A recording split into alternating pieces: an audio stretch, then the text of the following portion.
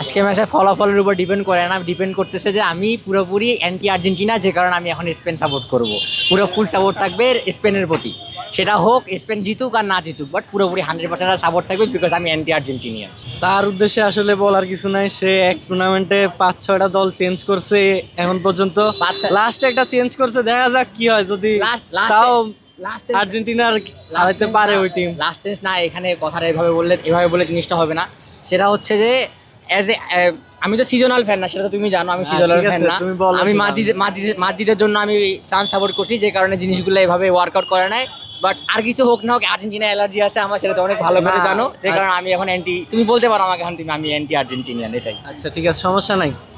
সে Madrid supporter, কিন্তু সে আজকে Yamal গোল দিল, সেলিব্রেশন করবে। সেলিব্রেশন করবো। ইয়ামাল অবশ্যই বিশ্বের সেরা প্লেয়ারদের একজন বর্তমানে, কিন্তু আশা করা যায় আমাদের যে গোসল করাইছে যে মেসি, ও অবশ্যই ইয়ামাল থেকে বেটার পারফরমেন্স করবে আজকে, আর Argentina back to back champion হবে ইনশাল্লাহ।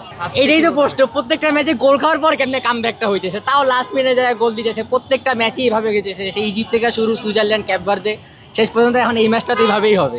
আসলে মেসি এমন একটা প্লেয়ার, যখন সে খেলা শুরু করে মেসি তখন ডিপেন্ডেড, তখন পুরো টুর্নামেন্টে রিগ হয়ে যায়। মেসি খেলানোর জন্য না ঠিক আছে, মেসি না খেললেও আমরা অবশ্যই কাপ জিতবো সামনের বার, সমস্যা নাই।